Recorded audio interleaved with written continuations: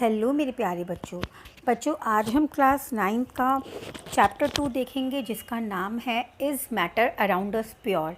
और आज हम इस चैप्टर के इंटेक्स्ट क्वेश्चन को देखेंगे जो कि पेज नंबर 15 पर गिवन है। तो चलो देखते हैं क्वेश्चन 1 में हमसे क्या पूछा गया है। क्वेश्चन 1 है what is meant by substances. तो यहाँ पे हमसे पूछा जा रहा है कि सब्सटेंसेस क्या होते हैं। तो चलो इसका आंसर देखते हैं। तो इसका आंसर है अ सब्सटेंसेस इज़ अ, बच्चों यहाँ पे एक वर्ड लिखना रह गया, आप लिख लीजिएगा। A substances is a pure single form of matter. तो सब्सटेंसेस क्या होते हैं? Substances is a pure single form of matter which has a specific composition and specific properties. So every pure element or pure compound is a substance. तो बच्चों यहाँ पे बताया जा रहा है जो सब्सटेंस होता है वो क्या होता है? वो pure single form of matter है। मतलब क्या कि जो सब्सटेंस होता है वो एक ही टाइप के पार्टिकल से मिलकर बना होता है। मतलब जिसके अंदर जो पार्टिकल्स होते हैं वो सिंगल टाइप के होते हैं। तो यहाँ पे बताया है सो एवरी प्योर एलिमेंट और a pure compound is a substance. तो बच्चों जितने भी हमारे एलिमेंट्स होते हैं जो हमारी पीरियोडिक टेबल में होते हैं, hydrogen, helium, lithium, beryllium, boron, carbon, nitrogen, oxygen, fluorine, ये सभी जो एलिमेंट्स हैं, जो सभी प्योर एलिमेंट्स हैं, ये क्या है? सब्सटेंस है। क्यों सब्सटेंस है? बिकॉज ये एक सिंगल टाइप ऑफ पार्टिकल से मिलके बने हैं। जैसे हाइड्रोजन है तो हाइड्रोजन सिर्फ हाइड्रोजन से मिलके बना है। अगर हीलियम है तो वो सिर्फ हीलियम के ही पार्टिकल से या एटम से मिलकर बना है। तो सब्सटेंस क्या है? सब्सटेंस एक pure single form of matter है which has a specific composition and specific properties. So every pure element और pure compound is a substance. अब यहाँ पे कहा जा रहा है a substance can not be separated by any physical method. और जो सब्सटेंस होते हैं उसको हम किसी भी फिजिकल मेथड से सेपरेट नहीं कर सकते। एग्जाम्पल्स क्या बताए हुए हैं सब्सटेंस के? जैसे शुगर, आयरन, हाइड्रोजन। तो बच्चों जितने भी हमारे एलिमेंट्स होते हैं ना, all elements in periodic tables are an example of substance. और जो हमारे कंपाउंड्स होते हैं, जैसे जो फॉर्मूले होते हैं CH4 हो गया, जैसे मीथेन का, वाटर का, कार्बन डाइऑक्साइड का, तो ये सब भी क्या है? सब्सटेंस है। क्योंकि आप देखोगे जो ये फार्मूला है इसमें कॉम्पोजिशन फिक्स है। अगर हम पढ़ते आ रहे हैं कार्बन डाइऑक्साइड तो हम हमेशा बचपन से कार्बन डाइऑक्साइड का यही फॉर्मूला पढ़ते आ रहे हैं CO2, क्योंकि एक फिक्स कॉम्पोजिशन है। कार्बन 1 है, ऑक्सीजन 2 है, वाटर में भी हाइड्रोजन 2 है, ऑक्सीजन 1 है। तो एक फिक्स कॉम्पोजिशन होता है जो भी सब्सटेंस होता है। तो आई होप बच्चों ये आपको क्लियर हो गया होगा कि सब्सटेंस क्या होता है। सब्सटेंस जो होता है एक pure single form of matter होता है जो केवल एक ही टाइप के सिंगल टाइप ऑफ पार्टिकल से मिलकर बना होता है। तो जितने भी हमारे एलिमेंट्स होते हैं और कंपाउंड्स जो होते हैं, जो फॉर्मूले होते हैं केमिस्ट्री में, जितने भी फॉर्मूलेज हैं वो सब हमारे सब्सटेंस में आते हैं क्योंकि उनका एक फिक्स्ड कॉम्पोजिशन होता है। तो आई होप ये क्लियर हो गया होगा। तो चलो अब नेक्स्ट क्वेश्चन देखते हैं। क्वेश्चन नंबर 2 में हमसे क्या पूछा हुआ है? तो क्वेश्चन नंबर 2 में हमसे पूछा गया list the point of differences between homogeneous and heterogeneous mixture.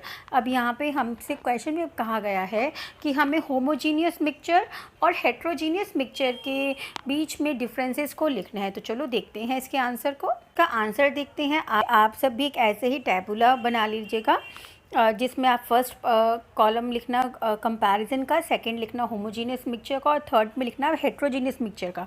तो अब हम कंपैरिजन को लेते हुए होमोजीनियस मिक्सचर और हेट्रोजीनियस मिक्सचर में डिफरेंशिएट करेंगे, ठीक है।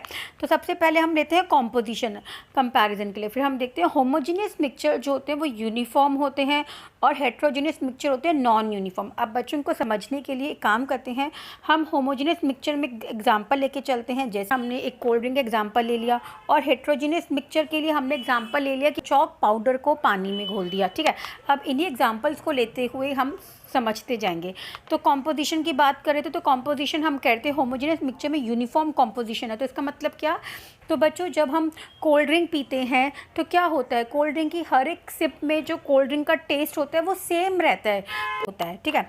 लेकिन जो चॉक पाउडर को अगर मैं पानी में मिला दूंगी और उसको सिप करके देखूंगी तो क्या होगा, किसी सिप में चॉक का पाउडर ज़्यादा मुंह में आ जाएगा, किसी सिप में पानी ज़्यादा आ जाएगा।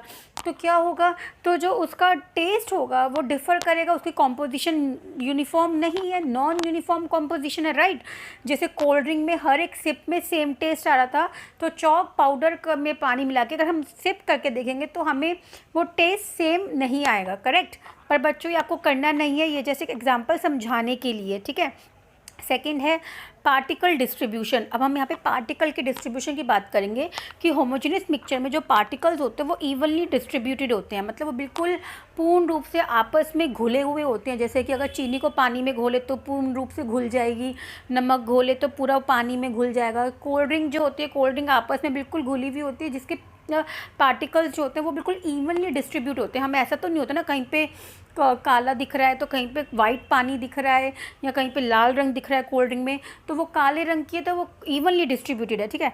तो ऐसे ही हेट्रोजीनियस मिक्सचर के जो पार्टिकल डिस्ट्रीब्यूशन होता है वो अनइवन होता है। तो हम अगर चॉक पाउडर का पानी देखें तो कहीं पे चॉक पाउडर का पानी थोड़ा ज़्यादा लगेगा, कुछ चॉक पाउडर नीचे पानी की तली में बैठ जाएगा, उसको इवन नहीं दिखाई देगा, हमें अनइवन दिखाई देगा, ठीक है, पार्टिकल का जो डिस्ट्रीब्यूशन होगा, ठीक है।